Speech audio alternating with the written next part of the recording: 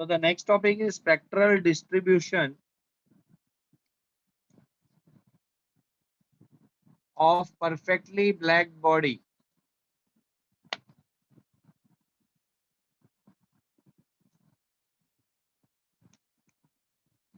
अब बेटा rate of emission per unit area, rate of emission per unit area, या बोल सकते हो power per unit area of a body is defined as the function of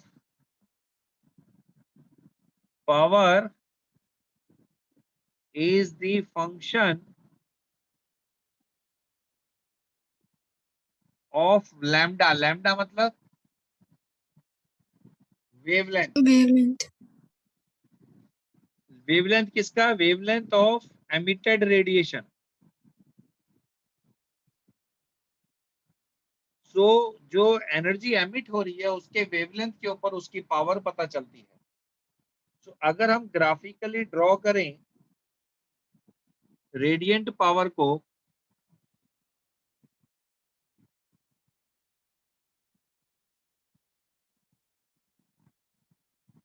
और यहां पे हम ले लें वेवलेंथ यानी लैम्डा को, so at a particular temperature, suppose हम बोलते हैं 1000 केल्विन, और हम चेक करें कि अलग अलग वेवलेंथ की एमिशन कितनी है, रेट ऑफ एमिशन, तो उसका हमें एक ग्राफ मिल जाएगा. सो हम देखेंगे कि पर्टिकुलर किसी एक वेवलेंथ पे, जिसे हम लैम्डा मैक्सी बोलते हैं,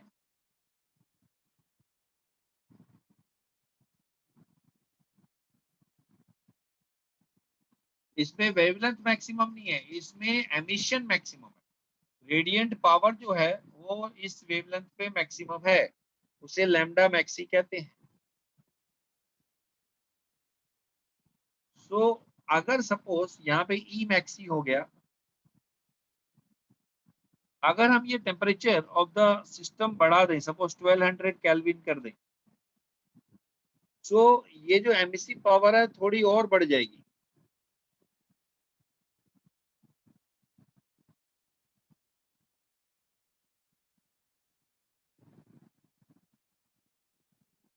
तो एमिसिव पावर बढ़ रही है अगर आप टेम्परेचर बढ़ा रहे हो. तो यहाँ से एक चीज रिश्ता तो समझ में आया कि emissive power, maximum emissive power of a black body is directly proportional to the temperature, लेकिन ये केल्विन में, सो हम इसे बोलते हैं एब्सोल्यूट टेम्परेचर.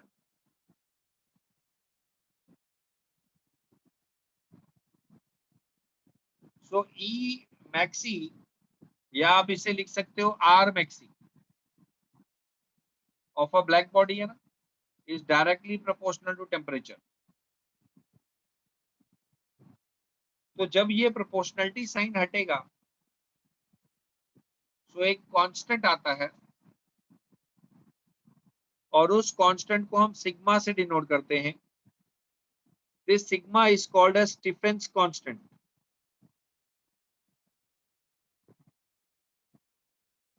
और इसे हम कहते हैं स्टीफेंस लॉ, कि rate of emission of a perfectly black body is directly proportional to, absolute temperature नहीं है, fourth power of the absolute temperature. Fourth power of the absolute temperature, इसे कहते हैं स्टीफेंस लॉ. क्या कहते हैं? Stefan's law.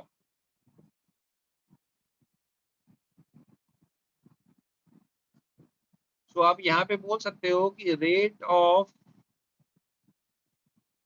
Emission of perfectly black body, या आप बोल सकते हो emissive power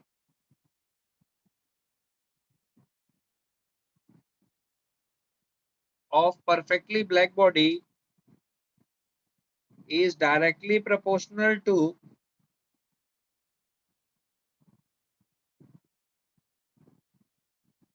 fourth power of absolute temperature. fourth power of absolute temperature, इसे कहते हैं स्टीफेंस लॉ. क्या कहते हैं? Stefan's law. क्या लिखा? Rate of emission of a perfectly black body या emissive power of perfectly black body is directly proportional to the fourth power of the absolute temperature of its absolute temperature. तो इसको कहते हैं Stefan's law. क्या कहते हैं?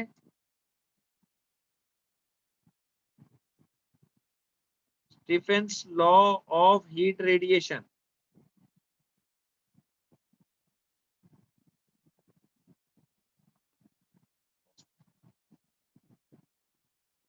अब मुझे एक बात बताइए बेटा, सपोज मेरे पास एक बॉडी है, मतलब डेड बॉडी नहीं, एक ऑब्जेक्ट है,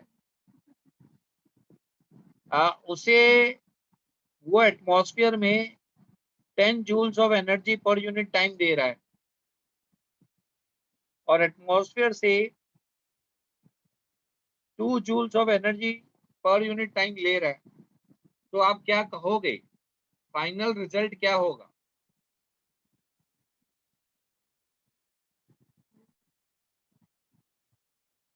अगर वो 10 जूल्स दे रहा है, 2 जूल ले रहा है, तो एनर्जी लॉस हो रही है कि गेन हो रहा है? लॉस। एनर्जी लॉस हो रही है। तो एनर्जी लॉस है, यानी नेट एनर्जी जो है वो 8 जूल्स लॉस। लॉस मतलब एमिटेड। तो जो एमिशन है उसके टाइम पे वो एब्जॉर्प्शन भी कर रहा है। तो ये कितना एनर्जी देगा, कितना एनर्जी लेगा, वो डिपेंड करता है टेम्परेचर ऑफ द सिस्टम और temperature of the surrounding.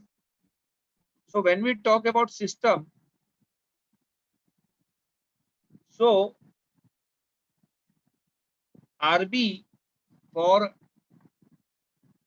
a system will be equal to sigma T raised to 4, where capital T is the temperature of system. Temperature of system. Whereas surrounding भी तो emit कर रहा है। अब ये है RBS यानी सिस्टम, और RBO या SU लिख देता हूं, will be equal to TO लिख देता हूं, अच्छा रहेगा, not raised to 4, where T naught is temperature of surrounding.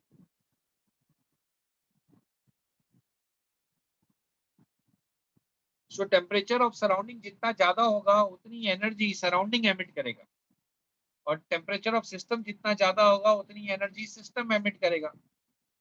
So net जो एमिशन आएगा of perfectly black body will be equal to R B system का माइनस आर बी सराउंडिंग का। So therefore RB is equal to sigma T raised to 4 minus sigma T naught raised to 4. अब इसमें से common क्या है? Sigma. बचेगा क्या? T raised to 4 minus T naught raised to 4.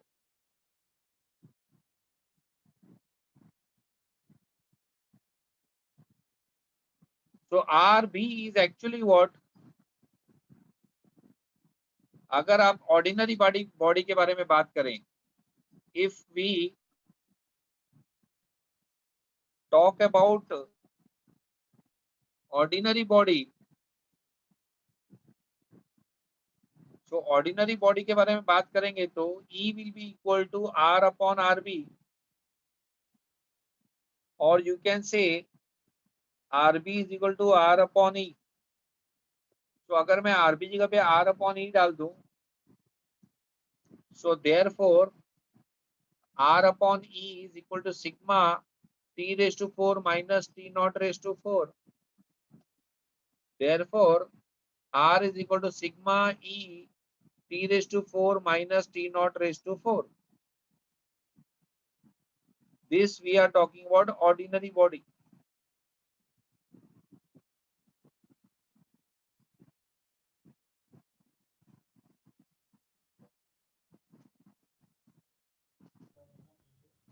Now suppose again in this diagram if we again increase the temperature, suppose 1450, so वापिस से emissive power बढ़ जाएगी।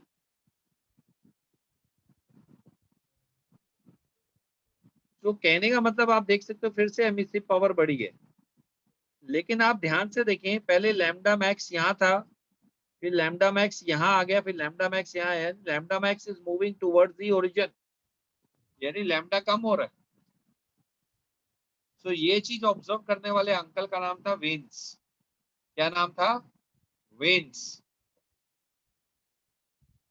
तो बेटा यहाँ पे वेन्स ने कहा कि जैसे जैसे वे हम लोग टेम्परेचर बढ़ा रहे हैं, एमिसिव पावर बढ़ रही है, लेकिन लैम्डा घट रहा है। तो जैसे टेम्परेचर बढ़ाएंगे लैम्डा मैक्सी कम होता रहेगा और वो डिस्प्लेस होगा, शिफ्ट होगा टुवर्ड्स द ओरिजिन। जो लैम्डा मैक्स डिस्प्लेस हो रहा है एंड टेम्परेचर इंक्रीजेस। सो इसको वेन्स डिस्प्लेसमेंट लॉ भी कहा गया।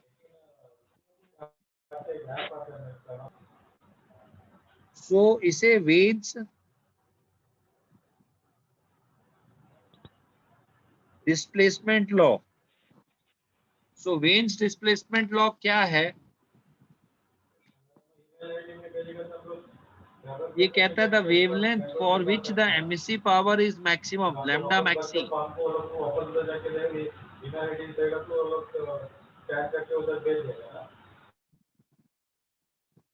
So the wavelength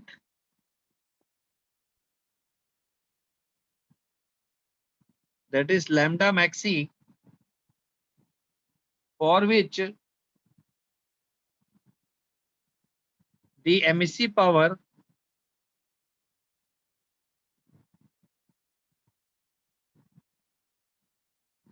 of a black body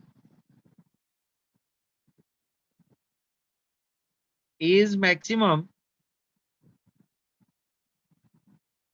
is inversely proportional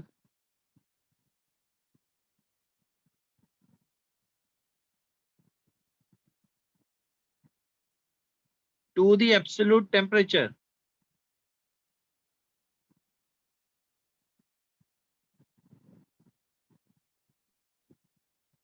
मतलब lambda maxi is inversely proportional to 1/T। और जब ये प्रोपोर्शनलिटी साइन हट गया तो एक कांस्टेंट आ गया।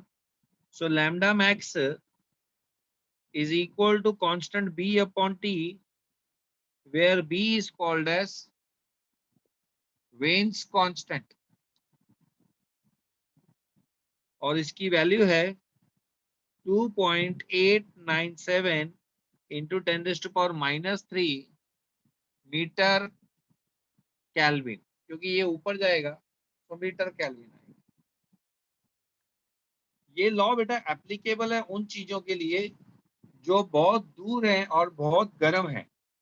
A thing which is very far away from us and it is very hot, उसका टेम्परेचर ढूंढने के लिए हमें इसका बहुत हेल्प होता है। पॉइंट समझ में आया बेटा?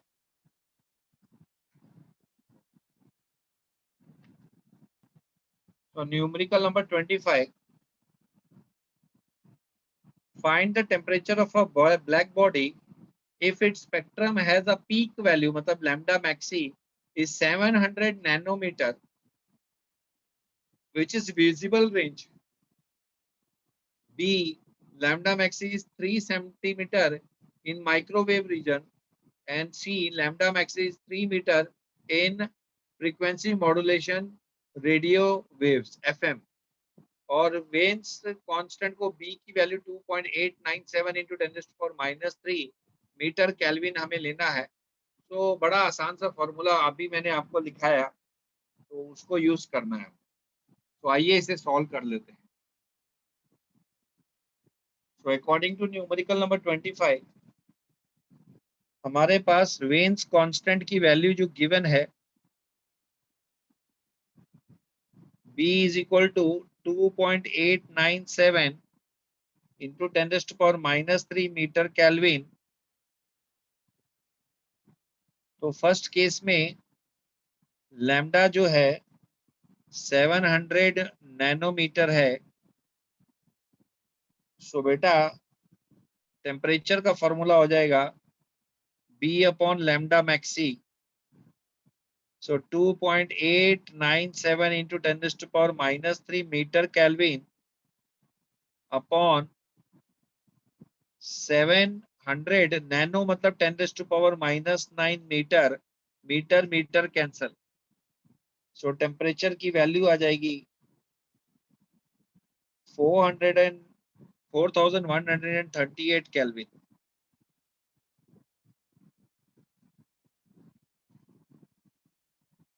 उसी तरीके से सेकेंड वेवलेंथ जो है वो लैम्डा मैक्सी इज 3 सेंटीमीटर, यानी 3 इंटू 10⁻⁻² मीटर।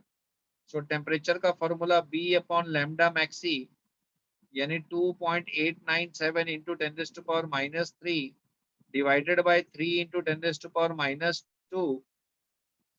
सो बेटा इसको सॉल्व करेंगे तो हमें मिल जाएगा 0.096 केल्विन। 0.096 केल्विन।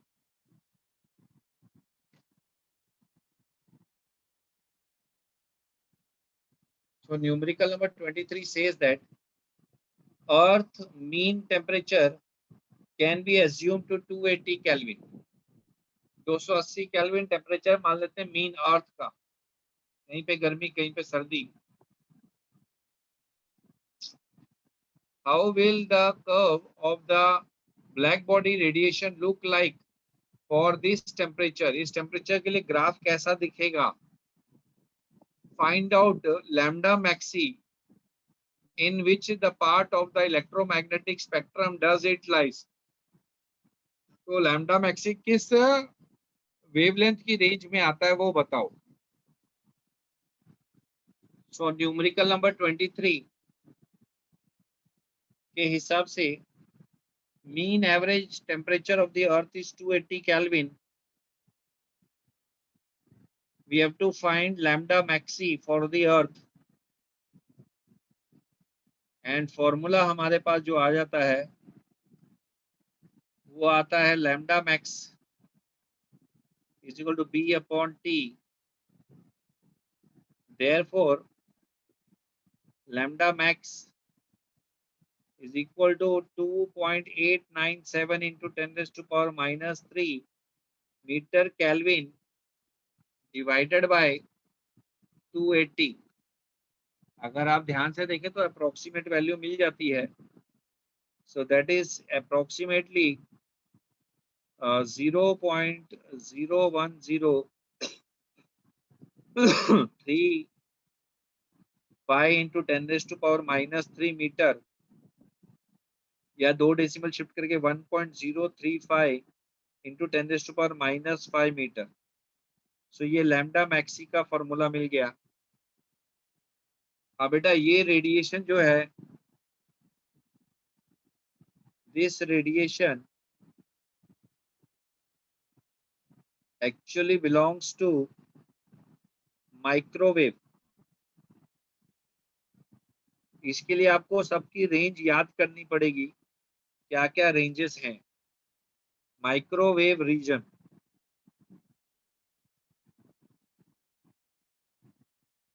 अब बेटा अगर आप इसका कर्व बनाने जा रहे हो सो इसका जो ग्राफ आएगा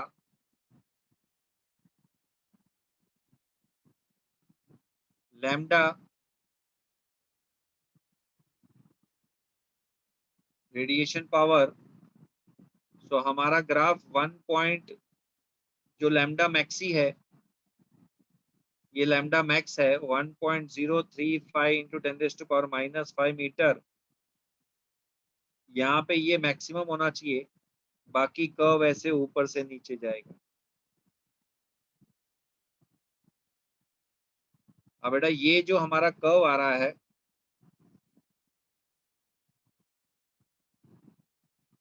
ये है माइक्रोवेव रीजन।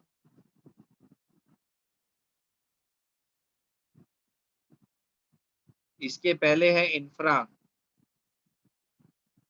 इंफ्रारेड रीजन, हमें तो माइक्रोवेव बताना, तो ऐसा ही ग्राफ बनाना है जो बताएगा, रिप्रेजेंट करेगा कि वेन्स डिस्प्लेसमेंट लॉ इस तरीके से चलता है।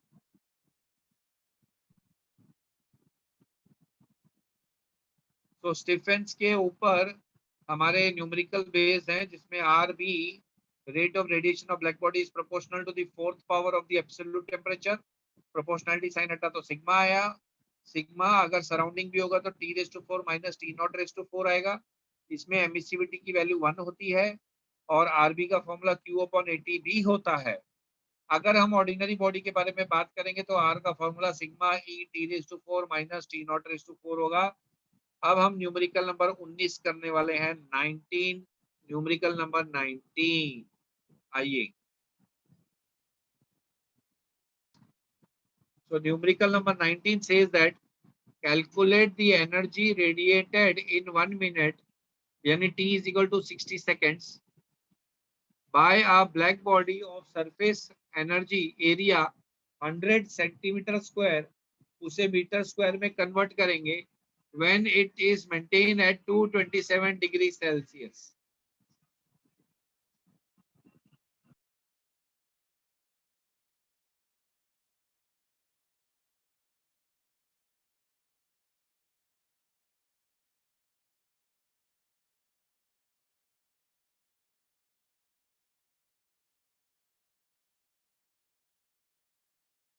सर आप म्यूट हो सर।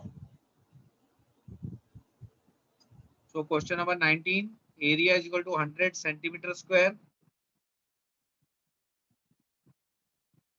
आप इसे मीटर में कन्वर्ट कर सकते हैं।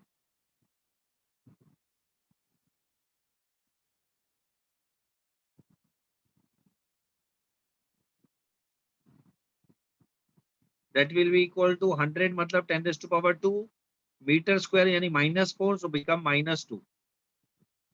टेम्परेचर हमें दिया हुआ है 227 डिग्री सेल्सियस, कैल्विन में कन्वर्ट करने के लिए +273 यानी 500 कैल्विन।